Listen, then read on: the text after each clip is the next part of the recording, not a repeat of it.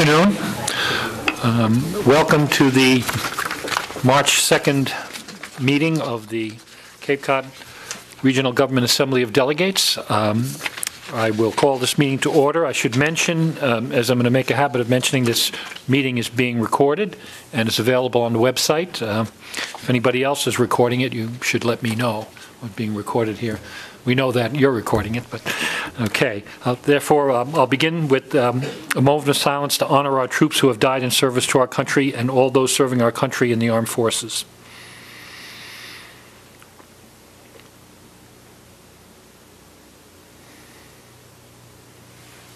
Thank you, and now we'll stand for the Pledge of Allegiance. I pledge allegiance to the flag of the United States of America and to the republic which stands, one nation, under God, indivisible, with liberty and justice for all. The clerk will call the roll. Thank you, Mr. Speaker. Thank you, Mr. Speaker. Richard Anderson. Here. Cheryl Andrews. Here. Ronald Bergstrom. Here. Leo Kakunis. Here. Christopher Kanega. James Killian. Here. Marcia King. Here. Thomas Lynch. Here. Teresa Martin. Here. Deborah McCutcheon. Spiro Mitrakostas. Here. John Oman. Here. Paul Pilcher. Here. Anthony Scalise. Here. Julia Taylor. Mr. Speaker, we have a quorum with 82.45% present. Okay, thank you. We now need a motion to approve the calendar of business. Motion to approve the calendar of business. Second. Moved and seconded. Any additions or corrections? Hearing none. All those in favor say aye. Aye. Opposed? We need a motion to approve the Journal of February 2nd, 2011. So moved, Mr. Speaker. Second. Second. Well, any additions or corrections? Hearing none. All those in favor say aye. Aye. All right. The Journal of February 16th is not available right now. So we'll move on to the communications from the Board of Regional Commissioners. And I see the Board of Commissioners are here, two of them.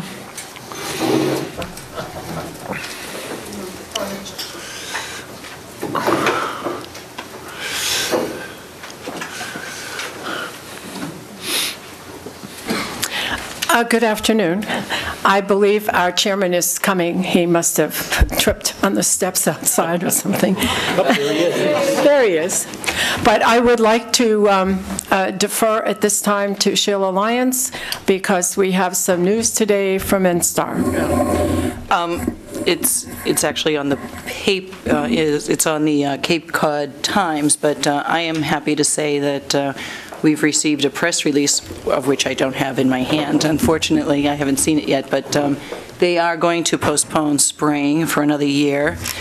We have worked very hard with NSTAR over the last year, and I'm very happy they came to this decision. And I do think that I know that last week there was a lot of discussion about and questions about the NSTAR ad hoc, well, it was an ad hoc committee that I tried not to make the focus be NSTAR, but it was inevitable. And, you know, I'll be happy to answer any questions there, but there were many recommendations that came out of that meeting, out of that committee, and some of those are about a study going forward and looking at the overall impact, because I still firmly believe that if NSTAR, as they have just said now, are not spraying this year, we still have a problem because many people are spraying, including municipalities. And so I think that it's time for us to take an internal look and take an assessment of ourselves and come with standards that we can all live by. And that was you know, one of the first and foremost recommendations of that committee, and I'll leave it at that, but I'm just very happy with NSTAR, and I'm glad that they came to this decision. I haven't said a word. Well, I think that Sheila deserves a lot of credit for the outcome that you've seen today. A lot of people, many towns were very concerned about that, and as I've spoken to many people, that the advisory committee, the ad hoc committee, did a lot of work, but they were speaking to us, not for us, and we've tasked Paul Nizwicki to evaluate and come up with what our resources can do in response. This is a an achievement, it's a milestone, and I think Sheila's to be congratulated for all of her hard work. Today we had a visit from Tim Friery, who is the manager and our tenant farmer over at the farm, and he's done a lot of wonderful things, and because of his expertise with regard to organic farming, he has been able to receive many grants to provide improvement on the property, and and based upon what he's done and his obvious support for. Let's see. When I brought this out when he was there, I didn't speak to what it was, but Tim Friery is an example of the thing that we're trying to promote on the Cape, which is to buy fresh, buy local, and of course having that wonderful farm that's part of the county property. I think that's a great example of it. He also spoke about, stay tuned. He's got some special Berkshire swine that he's developing, and come October, they're going to be available for all of us to enjoy. So I'm looking forward to that myself, and I hope you'll join me in that. So that's what's. Well, after all, we are accused of being a rural county, so there you have it. We have a farm, and we're growing livestock and critters and free-range chickens, which he told us he had a hell of a time, trying to catch when he let them go and become free-range. But those are some of the exciting things that we did today. All right. Well, does anybody have any questions for our erstwhile county commissioners here on these subjects? Yes, Tony. We're still here. Not erstwhile. Good afternoon. Tony, how are you? Been better, been worse. Thank you, Bill. How about you? I'm doing great. Better to have seen you today. Well, that's good. I have a question for you. As you know, the town of Brewster has a major project, wind turbine project going on, and there is concern that what may or may not be the upcoming regs may affect that project, and I understand you guys may have talked about that today. I'm wondering how you feel about it. You asking me how I personally feel about it? Mm-hmm. And the commissioners in general. You'd have to, the other commissioners have to speak for themselves. Pass the mic one at a time, yeah. Okay, but I would say that I am trying to understand what voting for denial and not passing, what that means, and I'm trying to sort that out.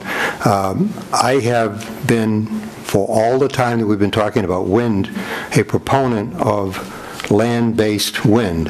I feel that that is an appropriate use of land. It keeps land in play that is potentially directed towards value to the town.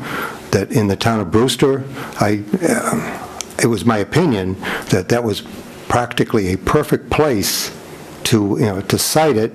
I felt that it was far enough away from the nearest residential let's say home site to take it out of the issue that had been raised in other places, and I just was very disappointed when it came out, and I would have to defer to what the Cape and Vineyard Electric Co-op would decide to do going forward, but it's my sincere hope that that they would take a very strong look at that and remind the people in Brewster, as well as the people that live here, that the intention of all of this is to provide a significant benefit and provide a source of revenue. Now, if you don't get revenue from a source like a wind-based turbine, you're going to have to look at your pocketbook and look in your pockets to find the money that you're going to need to pay for services that you think are important.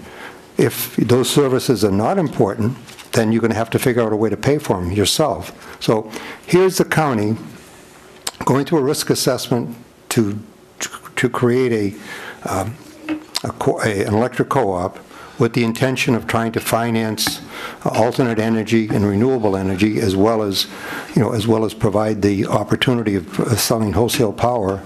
And we're thwarted at this point based upon the resistance. On the good side, we've seen progress in photovoltaics, and there are several towns on the Cape, including Brewster, that are taking advantage of the siting of photovoltaic arrays on I think it's the landfill in Brewster as well as Harwich.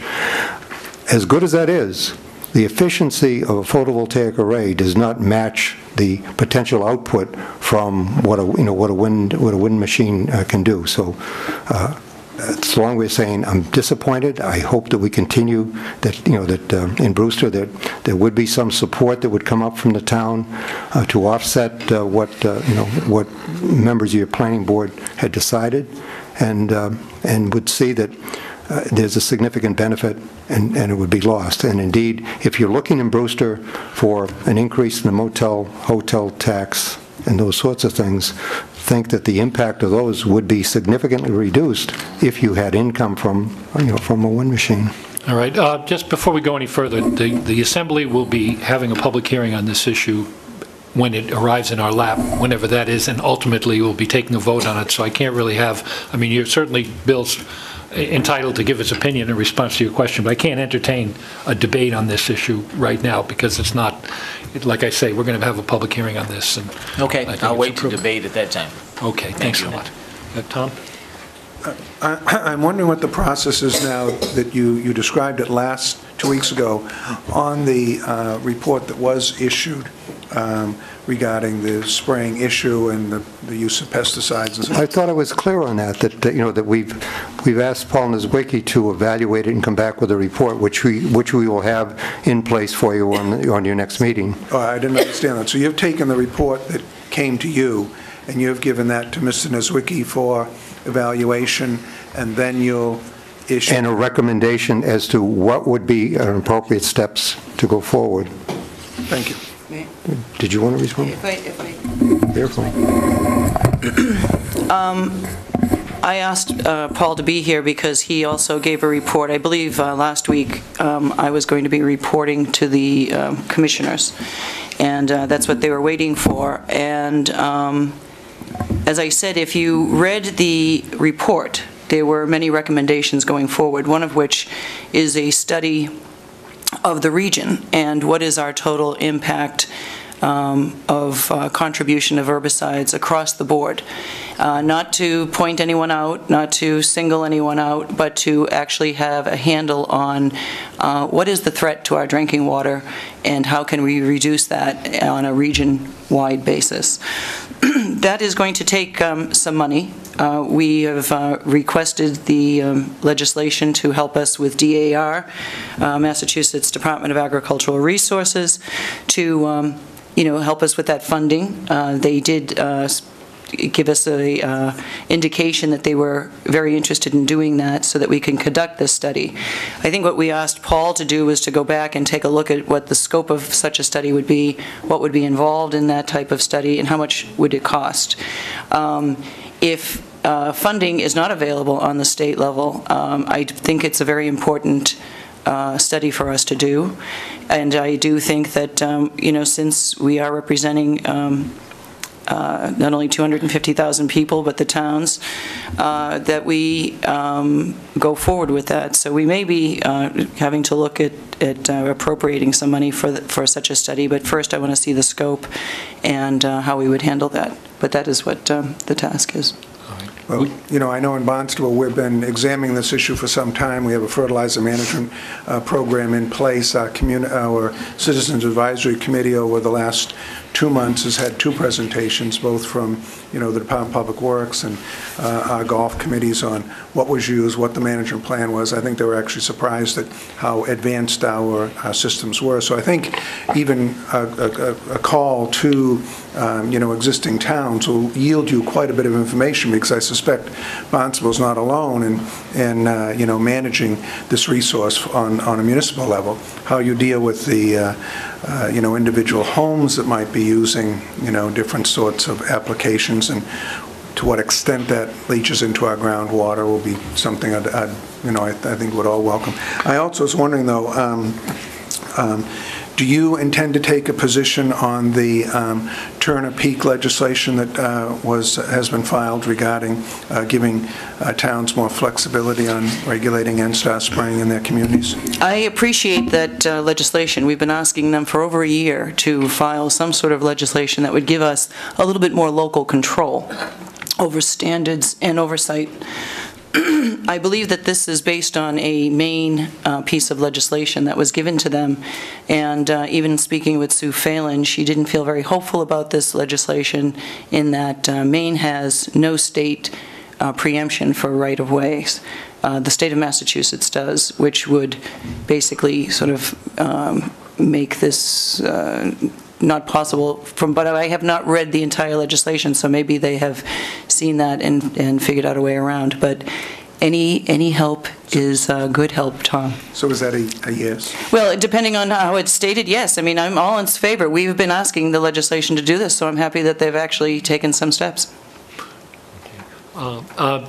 Do you, speaking to the commissioners, we're anticipating getting the budget next week or next session, or the next meeting. If money is not forthcoming for this study, it sounds like the clock is ticking now from now to a year from now, when NSTAR's hiatus will end. Do you intend to put some money in the budget there as maybe a placeholder? Should the commission's applications for grants not be successful, or we can do this through the Department of Health? You're assuming any aid that comes from the county, any research that comes from the county is going to come through the commission? Going to be included in the commission's budget? That I can't answer right now. First, I think we have to exhaust every avenue out there and see if we can get the money appropriated to us from another source. I'm just saying that, it is a possibility that we might even have to contribute to that. So I'm just alerting the Assembly, since this is such a important issue. Well, I'm sure that, if it is an important issue, and we could conceivably make budget transfers during the course of the year, as we have, but it's nice, we only get the budget once a year, so it'd be nice to know what's in it and what's not in it. As of right now, there's not a set amount put aside for that in the budget. Okay. Anybody else have any questions for the commissioners? Well, thank you very much. Well, thank you.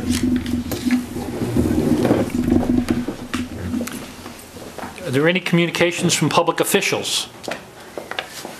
Any communications from members of the public? I see a very well-known member of the public here. Thank you and good afternoon. My name is George Bryant from Provincetown. As I said last month, previous month, I would attend the advisory council meetings on health and human services insofar as I can in the future. And I'd just like to report to you what happened last week on February 24th. The next meeting will be on March 24th. And they usually have at least 10 meetings a year. One of the items discussed and brought up by one of the members, and there are 25 people who usually attend these meetings, it's a collection of all the human service people on the Cape, was to mention that they would like to have a summit on mental health. Now, this came up in December at the Assembly, and your Human Services group is following through on it. No date has been set, but they hope to have as many people as possible. I would urge you to connect with the Human Services group and perhaps get one of the state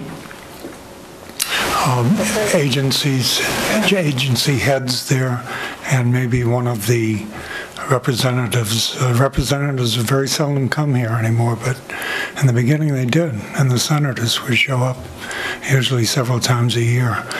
And I think it's to your advantage to have their intimate interests. The other thing that was brought up was and it's an ongoing program, Healthy Connected Cape Cod. And I believe you've heard about it. You've at least been given information on it. The county hopes to hire a part-time, or rather a 6 months person and a contract for the amount of $20,000 to run this program, Healthy Connected Cape Cod. Of course, what the idea is to get people to think about their diets and make some changes. Sugar and salt are just one thing. It's awfully hard to change an adult's diet. I mean, unless the doctor insists on it, they tend to eat what they've always eaten. It's just in the nature of a human being, and it occurs all over the world. So they are really going into this, and I'm sure they'll talk about it at every meeting, and I'll report back to you. Thank you. Thank you. Coming from Chatham, I suggest people eat fish. A lot of fish. So it's very healthy for you. Okay. Any other members of the public like to speak? Yes, I see a sort of semi-public type of person there. Semi-public. Thank you, Mr. Speaker. Paul Nozwicki, Executive Director of the Cape Cod Commission, and I just wanted to let the Assembly know that the wind regulations that the Commission passed last week are ready now. They'll be going to the Commissioners, so they'll be in front of the Commissioners next week. I think they'll be in front of you for a first reading of sorts on the 16th. So I think we're looking at potential action by the Assembly in April. So that's the time frame, probably the first meeting in April. Given the complexity of the regulations that are coming forward,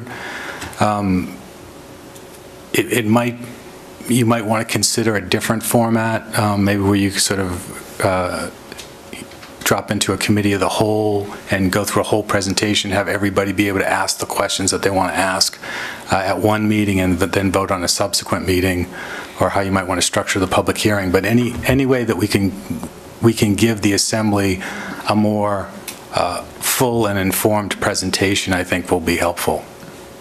Okay, you know, as you've heard, that we're getting the budget presentation, and we're getting into that. But yeah, I agree. I think that I know there's going to be a lot of discussion on this, and it would be nice to have most of that discussion and most of the questions answered at one session, so we can have a clean vote, you know, and on the second session. So you're anticipating that the commissioners will act on this next Wednesday, week from today. Next Wednesday, and the ordinance will be presented to the Assembly on the first meeting of...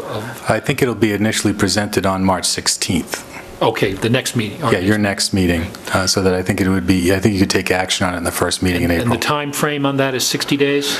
60 days from when the commissioners send it over. So the clock hasn't started to run on that yet. Right. Okay, well, I think we're probably going to have to find a date when everybody can be here, and including the commissioners and your staff, and we'll try to work that, and we'll all get ready for that debate. So I appreciate you. I know that you guys did that under the suggestion of the Assembly, and I appreciate the work and the controversy you're willing to wade into in order to give it this. So we'll give it all the attention we can. Thank you. We've reviewed the tape, and slightly more than a suggestion. But, we look forward to it. Thank you. Okay, thank you. Anybody else? I see another member of the public back there.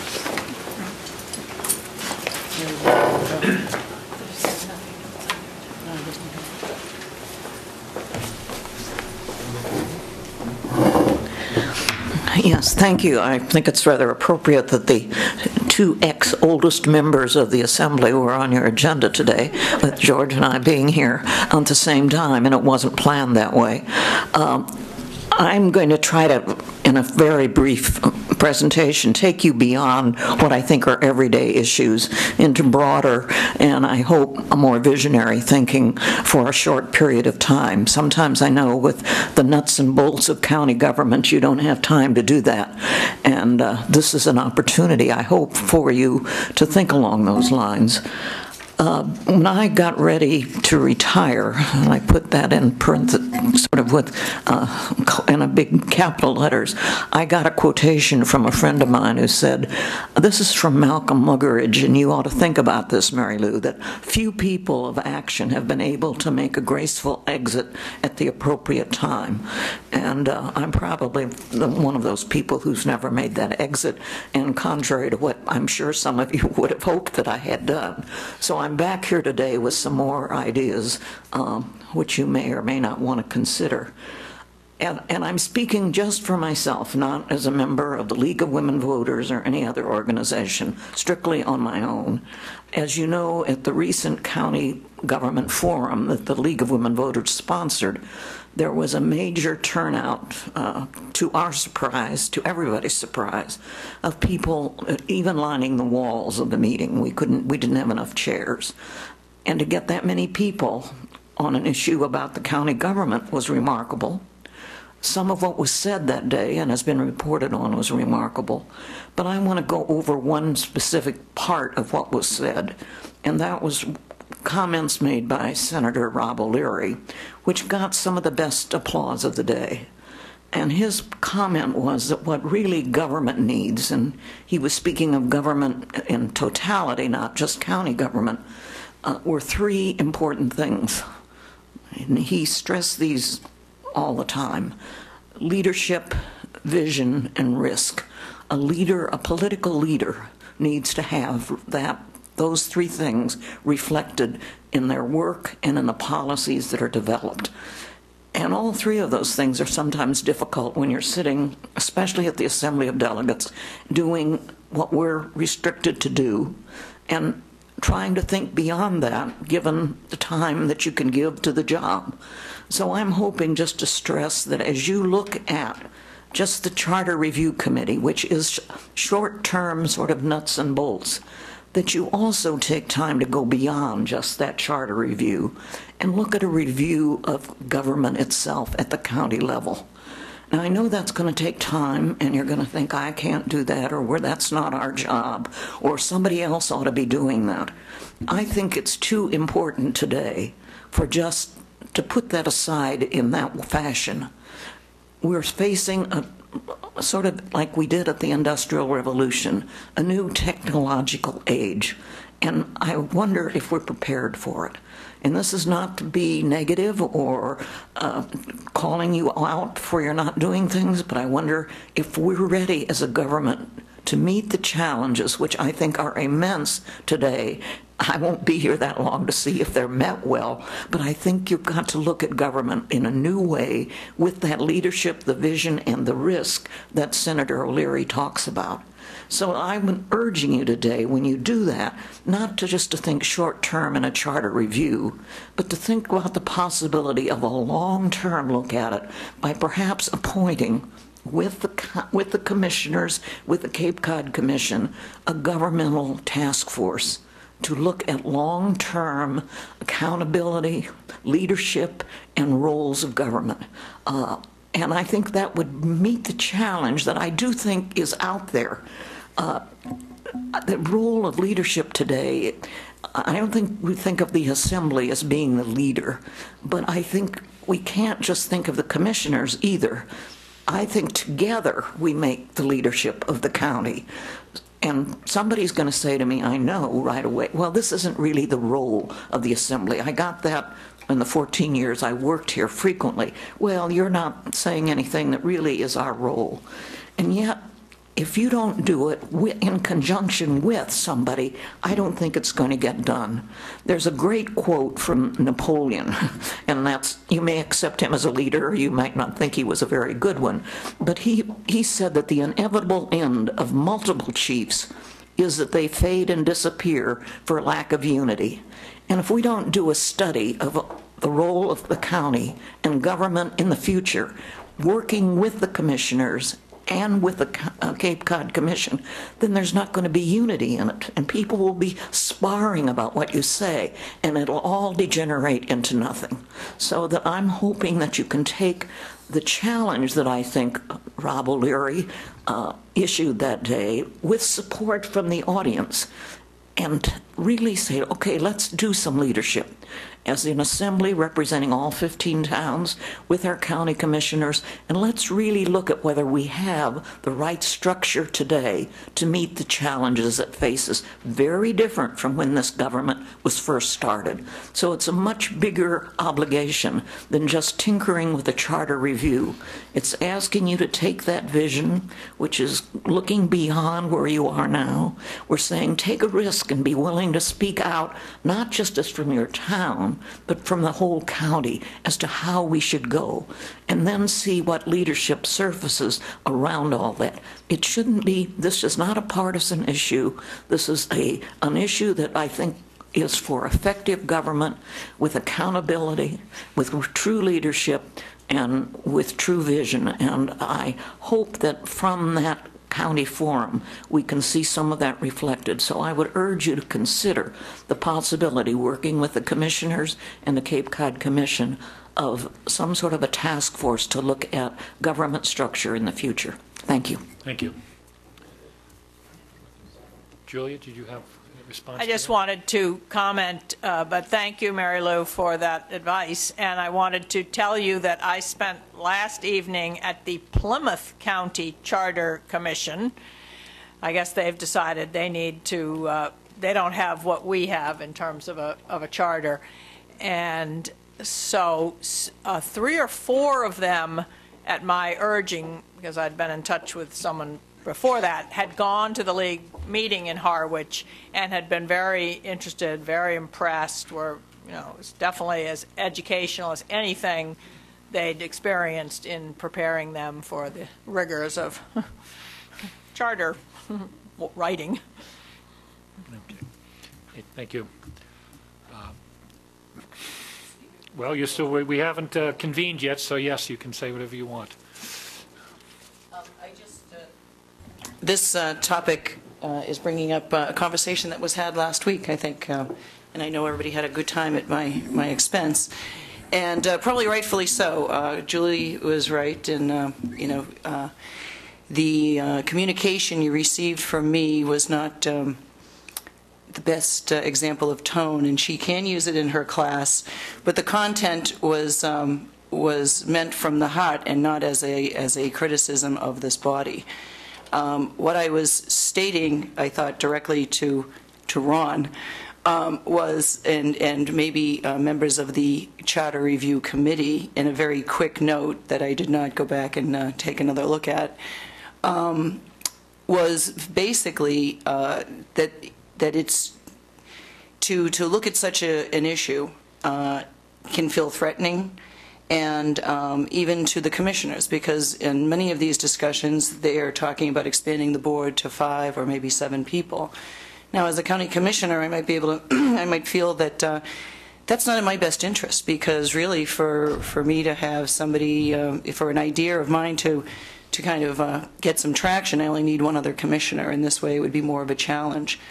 But if it means better government, and that we are representing the region, which is what we as a county government is established to do. I know that you're elected by your towns, but you're elected by your towns to the county to look at regional issues, the issues that are before us in a regional way, not town-centric. And I think that gets lost because of the structure that we all have. And it's not a bad thing to take a look at that. We have huge problems looming before us in the future. We have wastewater issues, we have energy issues, we have economic development issues.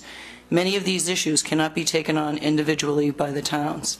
Even the larger towns will have trouble when it comes to the wastewater issues, as the town of Barnstable has struggled with, and the town of Falmouth is struggling with in their large towns. So we have to look at county government in its role in being able to take on those issues that the towns can't, and not hinder the towns or take away any of their control. So I think that it's not a bad thing to do. If anyone was offended by my letter, it wasn't an offense personally. It was what is stated, and it's stated not about the assembly only, it's stated about the county commissioners and county government. If people do not realize what you do, you are not relevant to them. So that was my point, and my apologies if there was any ill will taken from that. That was not the intention.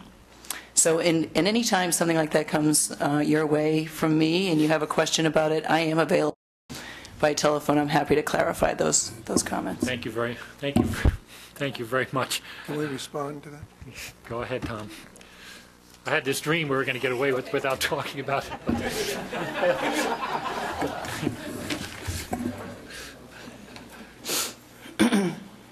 I'm going to let go that in your heart you think we're useless, because you just said the remarks came from your heart.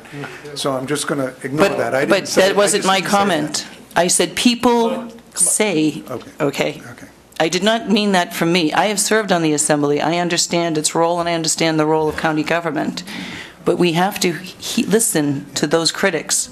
Well, in light of what Mary Lou Pettit just said, and I think if you listen to the discussion that we had last week, or 2 weeks ago, we were talking about the issue of relevance and leadership and where that should come from. And you just mentioned the wastewater issue.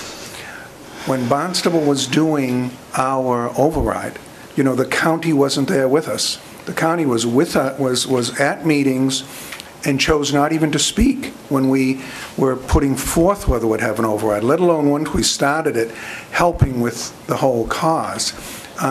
So to act like the towns are out there, you know, we have to move forward. We're looking for ways to fund it, and we, in point of fact, now have a vehicle to at least begin funding, because we're dedicating our increase in the hotel and motel tax and the meals tax to a sewer and wastewater, you know, trust fund. So we're out there doing that. I asked, and I gave up after 3 times, but I thought I had been told that you had tasked Mr. Gottlieb with coming up with a financing model that could be used countywide, and that would help us with the towns that I think we're united on, of the problem is the money. And unless, you know, when we created the Cape Cod Wastewater Collaborative, the major #1 function was we were going to have Andy, and he was going to go down to the federal government and get grants. And went down, came back and said there aren't any.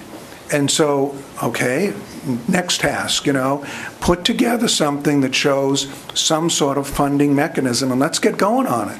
And bring the towns along on it. We're ready. We're ready to work with the.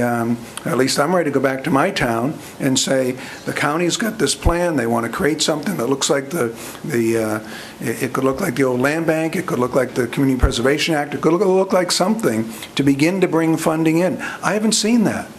And so it's, in order to prove our relevance, I think we have to begin to move forward on issues like that. And we can talk about creating a government study committee and all of that. Let's take these issues and show the leadership and meet the challenge that former Senator Larry was saying. Show some leadership, we'll move forward on these issues. So while we can study stuff, I think we've got those clear 2 or 3 issues that you yourself just articulated a while ago, and let's move on them. Tom, with all due respect, I do believe that we're working very hard on these issues. And we are, where's the funding model then? Where is the funding model? All right, let's take a consideration of the funding model. Mm-hmm. You have, excuse me, 15 towns, 250,000 people, give or take. 85% of those people are on septic systems. Not everyone is going to be hooked up to a sewer. Now, please, let me finish. It sounds like you're going down the reason why we can't do it. No, I'm not telling you why we can't do it. I'm telling you that it's a very complex formula, and it's not achieved overnight, because this is a debate that is ongoing, and it's not like we're not doing this. We're in the middle of those discussions. But you have to take into every consideration about the towns who have systems now. How do we help those towns and not penalize those towns for going forward and taking the initiative, such as Barnstable, Provincetown, Falmouth? How do we not double tax these people? How do we bring in people who are on septic systems if we're going to do a broad across the board? If it's going to be a regional entity, how is it paid for regionally, especially when some people are hooked up and some people aren't? And how do you then model a system that isn't just there to create more need of putting more people on that system for it to be in existence? So there are many, many issues. I, last week, went with Paul and Andy to meet with Speaker DeLeo. We went to meet with him because at the MMA conference there was a workshop called the MWRA 25 Years of Success. I can say that Janet Barton was there, Paul McDonald, and myself. There were no other selectmen, and I told many selectmen on my way, walking there, I'm going to the MMWRA. This is a very big issue for every town. Nobody came. You had a panel of people who were there 25 years ago, and it was Phil Golden, Fred Lasky, who is now the director of MWRA, Speaker DeLeo, and a couple of other people. One was on the EPA, Bob Varney, and a woman who I believe was also on a citizens action group. And they referred to Speaker DeLeo as Mr. Selectman throughout this whole panel discussion because he was a selectman then. And I stood and presented our problem. We have 15 towns.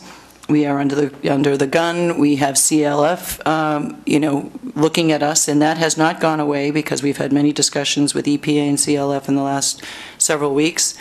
And we have people on septic. So I painted the picture for him, and they knew about Cape Cod, and there was lots of discussion about it. And the speaker came over to me afterwards and said, come and see me. I will help you with the delegation, anything I can do to help. So I figured, well, the iron was hot. I would go up there and just to let him know that there will be a time, not that they have money, even though I did joke that they must have it hiding up there somewhere.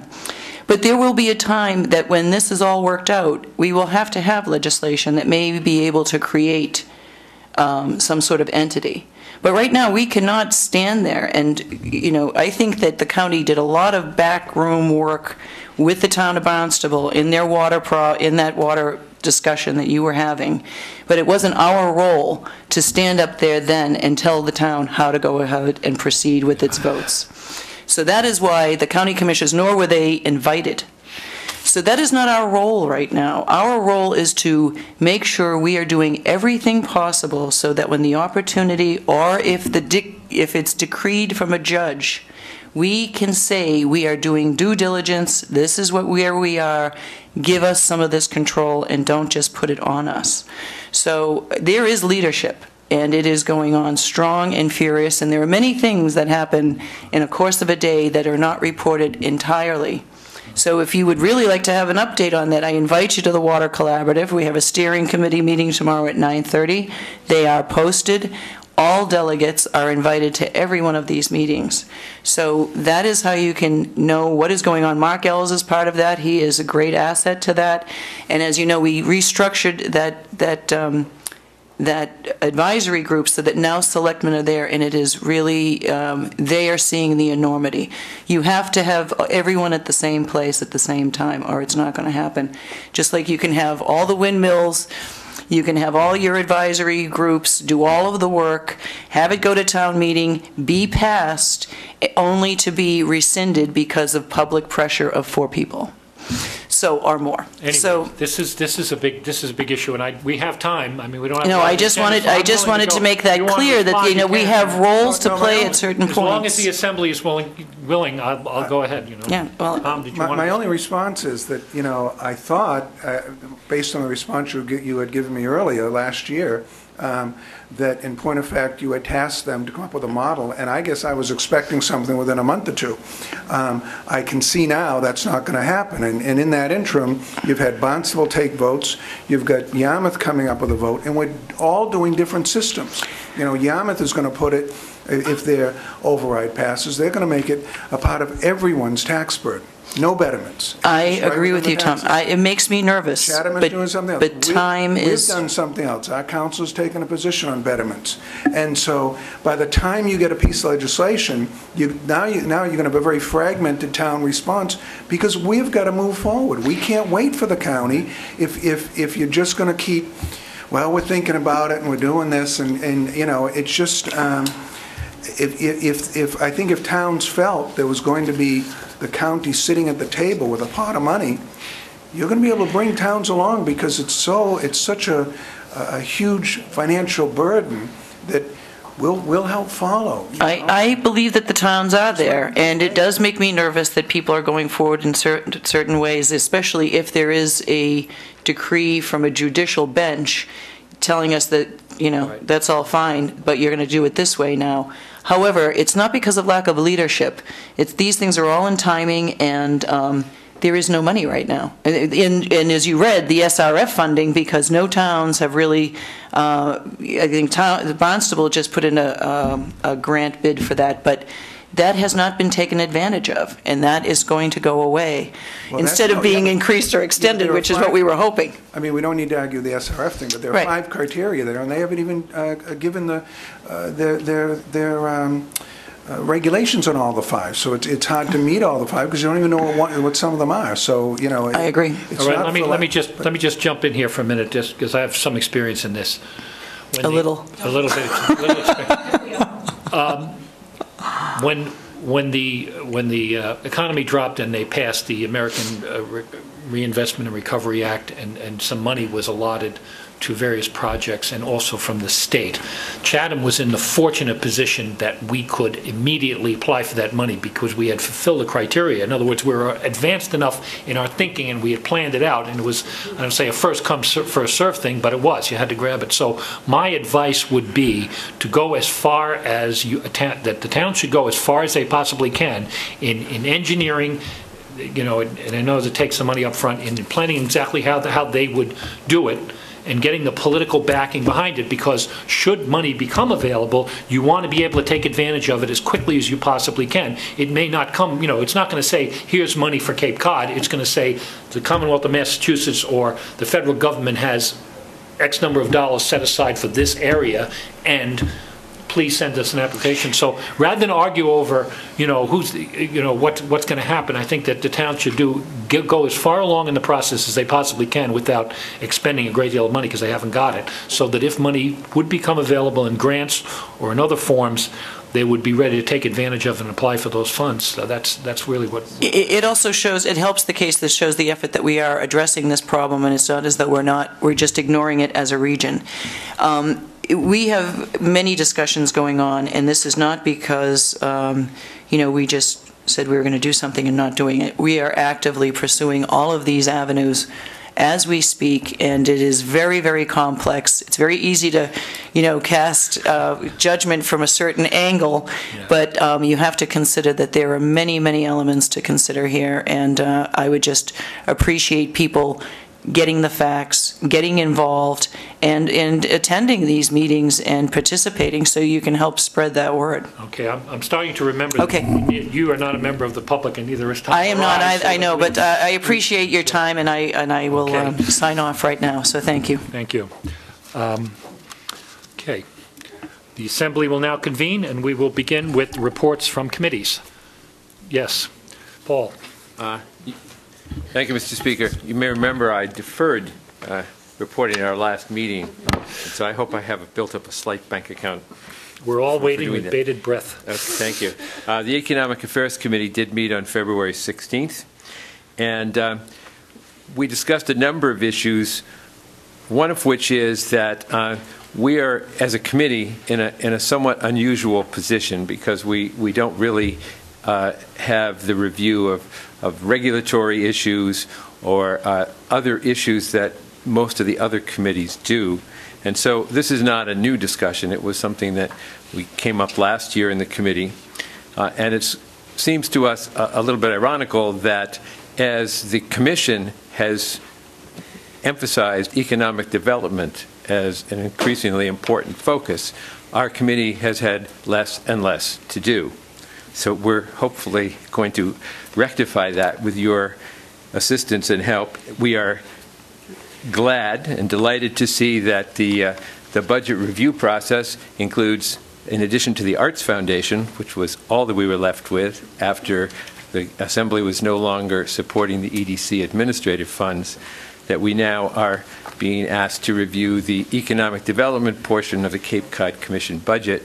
I did have a brief discussion with Paul Niedzwiecki, and he and I are going to negotiate over the phone as to what that means, what the economic portion of the Cape Cod Commission budget is, but hopefully we'll be on the same page and do that. One of the other issues that we discussed as a committee was that should there be a line item or some other way of creating regionalization funds or regionalization office within the Cape Cod Commission budget, that would be reviewed by the Economic Affairs Committee, perhaps along with other committees.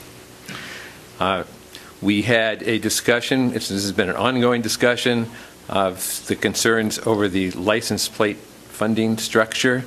However, that is a larger issue for another day.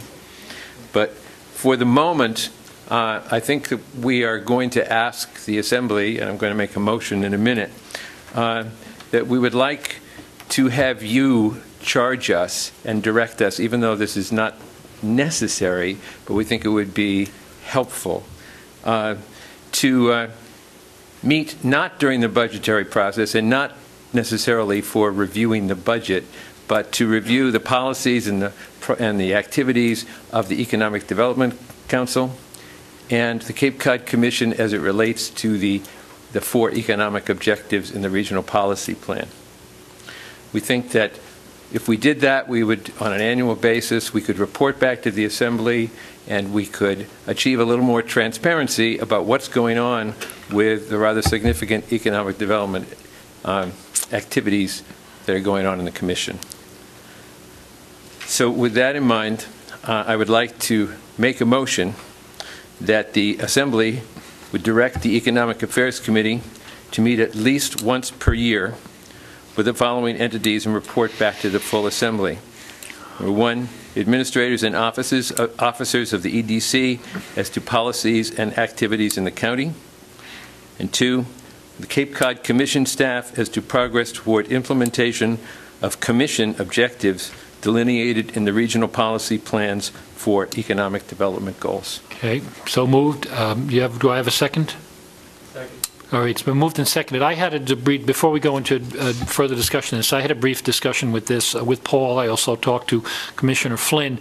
If I understand Paul's motion, this motion does not compel people to come and testify before the, we don't know if we have the ability to do that. What it does is it gives the authority to the chairman of the EDC to hold these meetings and to request that these people show up. I mean, as far as I know. The EAC. The EAC, right? Yes, that's correct.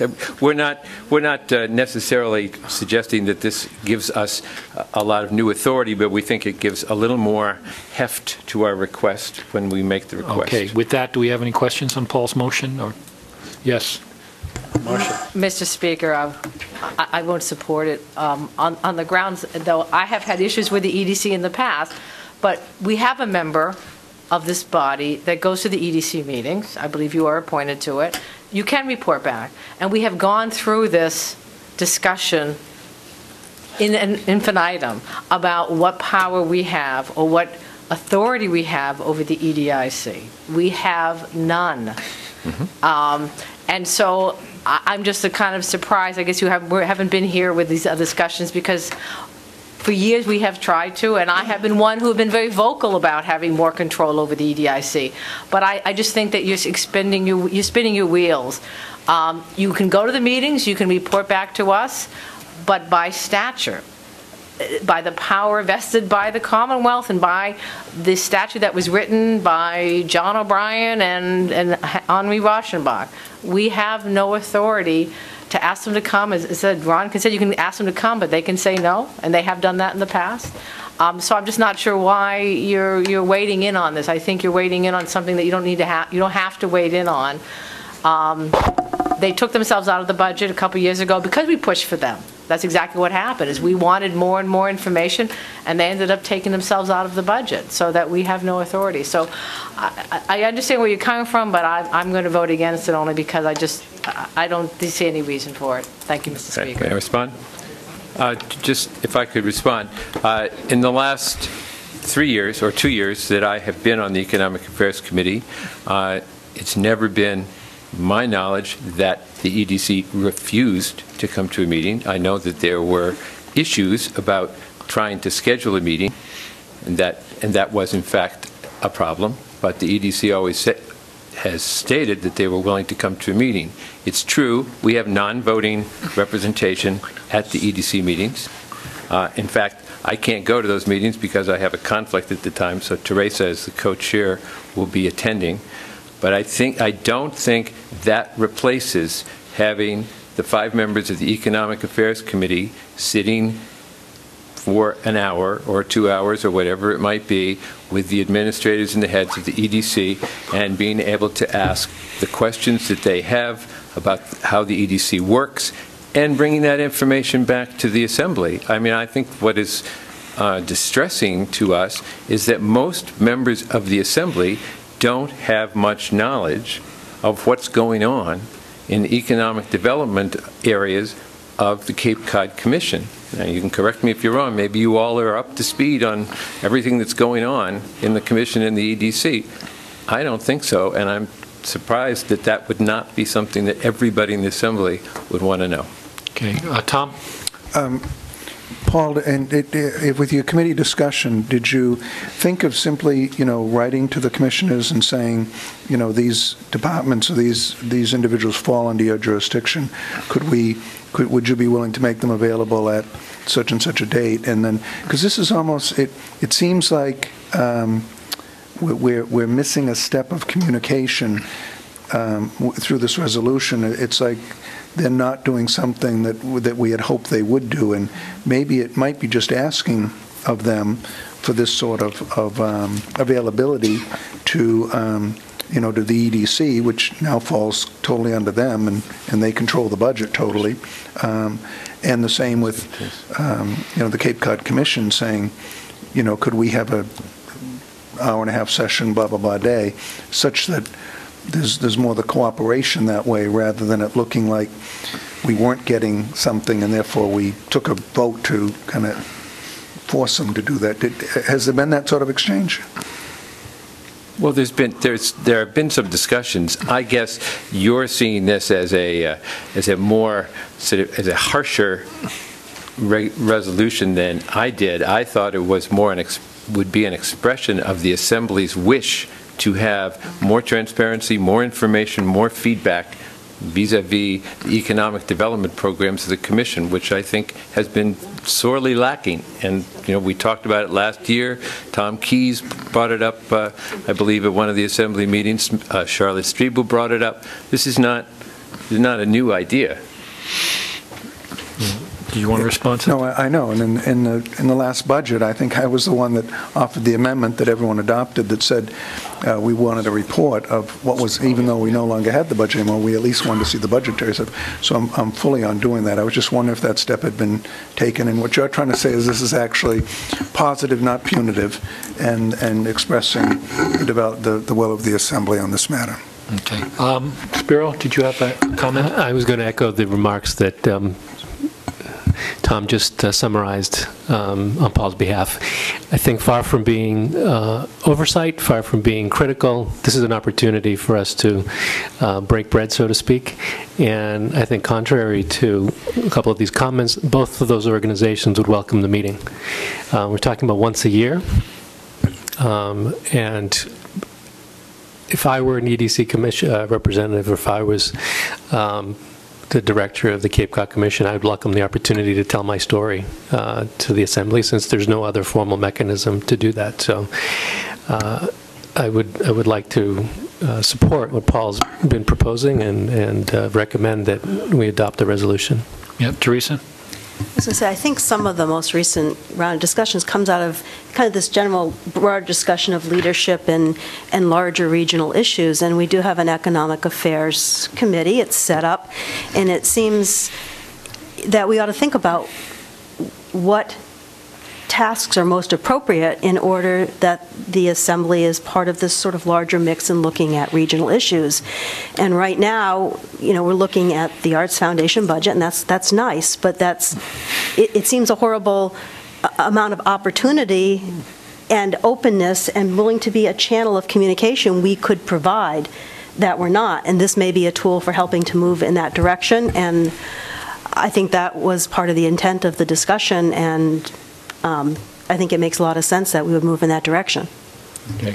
I'd like to say, I agree with Teresa. This goes right into what Mary Lou was saying about a leadership role I think there's been a recognition on the part of the Assembly, and I think other segments of the Cape community, that we need a central vision of economic development on the Cape, and that there is a void there. And look, there's a lot of organizations. We know that the Cape Cod Chamber of Commerce has a funding source through the license plate money. We have a committee. There's the Cape Cod Commission is looking at economic, economic development. But I just feel that there is no, and I know that Charlotte, when she was chair of that committee, and also Tom Keyes, tried to do what they could to bring various elements of the Cape economy together with some success, but with not total success. And it's frustrating to me. I'm not a businessman, so this is not really my bailiwick, but I see a need there to honestly assess what are we going to do for a living on Cape Cod 5 years from now, 10 years from now, rather than look beyond the next season. How can I increase my receipts, next year? And we have to go beyond and say, Open Cape is a big part of that. So we've made a big success there. But I mean, we're looking at the change now where motels are going out of business. I mean, Chatham motels are going out of business. They're being overcome by seasonal rentals in some places on the Cape. In Yarmouth particularly, the old motels are being torn down, and they're putting their hopes on new, larger resorts and so on. I mean, maybe economics are something you shouldn't look at, that they just sort of go with the flow. But I think that this body, or as part of the county government, should take a long, hard look at what opportunities are going to present themselves in the future for people to live here on the Cape, and somebody's got to do it. And if Paul and his committee can add to that, I think we should support it. So, Paul? I think that the emphasis or the focus of the motion is on directing the committee to do something. It's not necessarily directing or mandating the EDC or the Cape Cod Commission. We don't have the authority, but in fact, we're asking the committee, we're saying this is part of your job at the Economic Affairs Committee, is to ask for and hopefully hold a meeting with these two entities at least once a year and report back to us. That's really the thrust of the motion. Okay. Okay, well, in that case, I'll take a vote. I don't know if we need a roll call on this or not, but I don't think so. Okay, well, all those in favor say aye. Aye. Opposed? No. Okay, looks like it passed, Paul. Good. And by the way, I know what I'm going to be doing in 5 years. I'll probably be sitting on the couch, but that's about it. Okay, so John, did you have a... Where's John? Thank you, Mr. Speaker. I do. The Finance Committee held a public hearing at 3:15 today on Chapter A, enabling regulations for developments of regional impact for the Cape Cod Commission. You all have had the opportunity to get a copy by email, a red line copy of all the changes that were made. I'm sure you diligently looked at those. We accepted testimony from Jessica Wilgus, who's the General Counsel for the Cape Cod Commission. They basically wanted to clarify these regulations and induce a better cost recovery. There was no real definition to how they recovered the cost of their reviews, and they have added and subtracted different numbers, and they've gone off on different organizations throughout the country to better determine how they can recover cost of their reviews.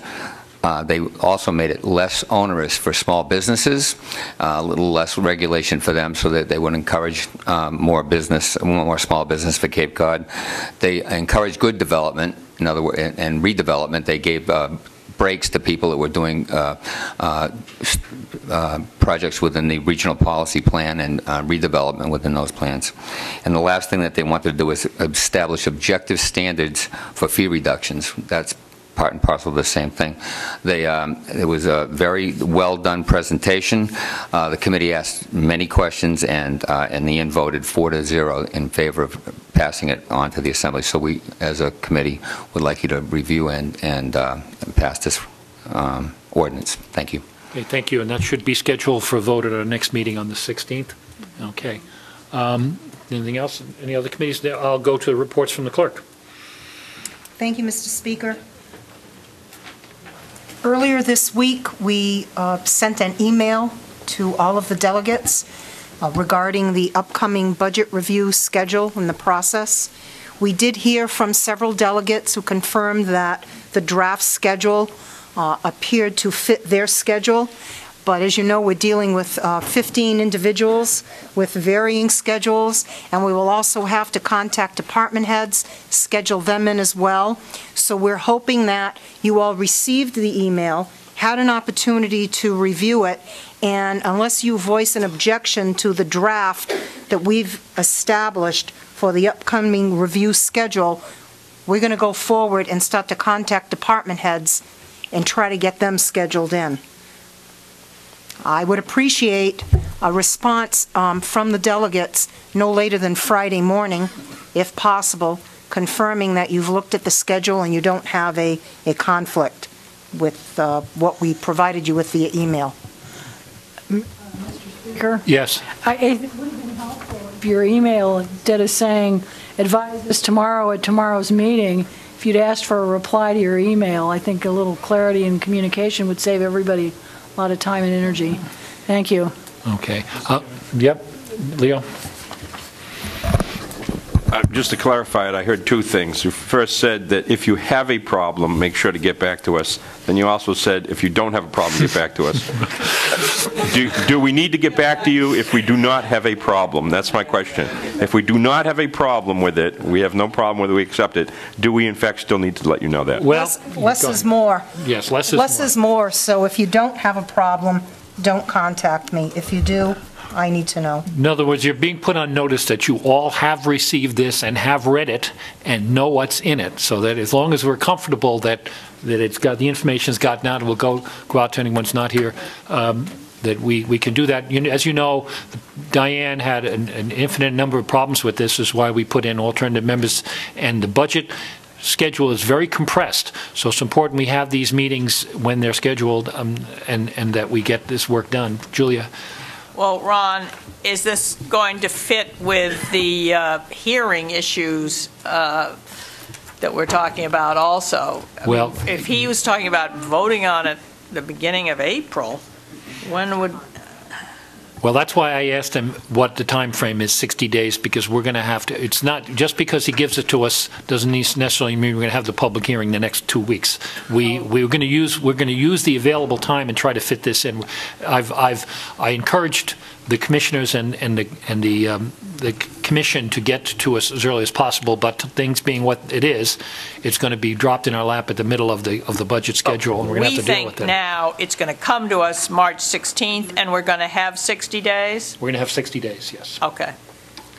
And I'll be sure that you're there after your trip to Ireland while the rest of us stay here on cold Cape Cod. Gotcha. Okay? All right. Under other business, anybody have anything under other business? Leo? I'm going to put my Farm Bureau hat on for a minute. As the president of Farm Bureau, I just want to let you, everyone know that Cape and Islands Farm Bureau, along with the Howard Conservation Trust, is holding a farmers meet and greet on March 12th, which is a Saturday. It's at the Howard Community Center, and public is welcome. It's an opportunity to meet people such as the gentleman that runs the county farm and other farmers, and ask them questions and find out where their produce is being sold when the seasons are in, and probably a good way to find out someone in your neighborhood that might be available for some manure if you in fact have a garden in your backyard. So hopefully you people all go back to your towns and put that out, because we'd like to have a good showing. Time. 2 to 4 o'clock in the afternoon. 2 o'clock in the afternoon till 4. And that's, again, it's the Howard Community Center at 100 Oak Street in Howard. Okay, and be sure to wear your boots when you show up. I have a kvetch, which is a complaint, and I'm going to put it before the Assembly. Just something to think about. I'm entering some dangerous territory here, but we'll be looking at the regulations for wind turbines on Cape Cod when the Commission presents us with their ordinances and their regulations. At this time, the Cape and Vineyard Electric Cooperative is one of the prime proponents of wind turbines here on Cape Cod. Now, the Cape and Vineyard Electric Cooperative is basically a county-based organization which is separate from Barnstable County, has its own board of directors and so on, but many of the staff of the county also sit on the board of the Cape and Vineyard Electric Cooperative, as they do also sit on the board of the Cape Light Compact. Now, as the League of Women Voters asked a few weeks ago, does anybody know who their assembly delegate is? Well, does anybody know who their delegate is, representative to the Cape and Vineyard Electric Cooperative is? Does anybody know who I think that we have to consider the role of the county government sitting in an adversarial relationship with other branches of county government when you consider that they have what could be termed interlocking directorates. Now, the only reason I bring this up is not to cause trouble, but I think that we should make people aware that we are aware, at least I am aware, that there could be a conflict here. And I think that in dealing with the issues that Mary Lou brought up and the issues of county government, we have to take a special care that we do not get into internal conflicts and that we speak with one voice and when we go forward with an issue as big as the wind turbine. So I don't know if it's going to come up. I don't know if it's going to be an issue. And also, quite frankly, we've spent hundreds of thousands of dollars in promoting wind turbines, which comes out of the pockets of the ratepayers. Now, we're quibbling over a few $1,000s here and there from the county budget, and I know it's not our budget.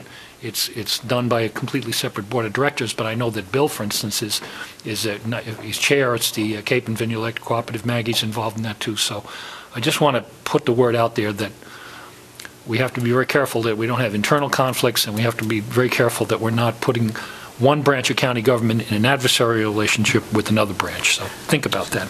Well, Julia. I don't think we are going to put anyone in any kind of adversarial relationship. We have a so-called constitutional duty that we must vote on proposed thresholds and standards. I would assume that people who have expertise in this area, possibly people on Cape Light Compact, possibly people on the electric co-op, would want to present their opinions, professional opinions, on those standards.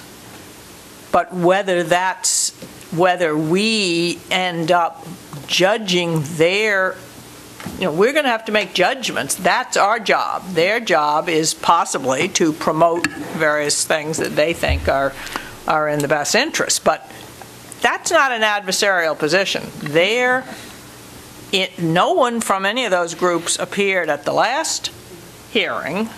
I don't know whether any of them testified before the Cape Cod Commission when it was considering the standards. They may have, but I didn't read that in the newspaper.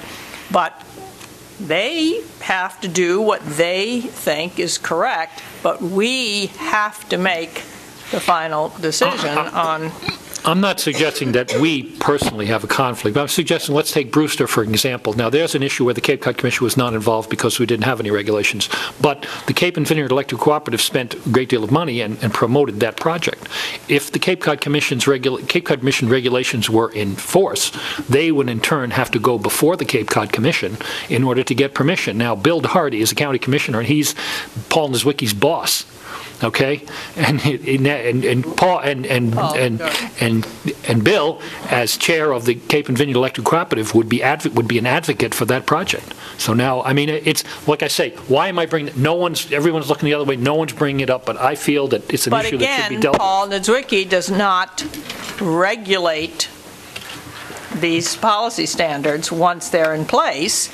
That is done by a separate board. The Cape Cod Commission has the regulatory power. Now, obviously, I understand that they're not unlikely to be influenced by people they know and trust, like their executive director, but there's a difference between their regulatory powers, the Cape Cod Commission, and our regulatory powers as the Assembly are very different from the administrators and these other agencies. Did you want to say something about that? I was under the impression that municipalities, including the county, are not being regulated under a DRI for the Cape Cod Commission. So unless this new regulation comes forth with specific language, including towns, I would think they would be exempt anyhow. Again, I'm going to wait to see. So if a town builds a school, they have to go in front of the Cape Cod Commission? Mr. Speaker? Yeah. I happen to have a copy of the draft, and maybe, and they are not exempt. They're exempt under certain, municipalities exempt if they apply for one municipal wind turbine of 250 kilowatts or less. And my understanding is, for example, the one in Brewster, the two in Brewster will be way bigger than that, and so they will not be exempt. They will have to trigger a DRI. I'll wait for the public hearing. Yes, we'll wait for the public. Anyway, so sorry I brought up that can of worms, but is any other business to be brought before the Assembly? Hearing none? Motion to adjourn. Second. Moved and seconded. All those in favor say aye. Aye. Opposed?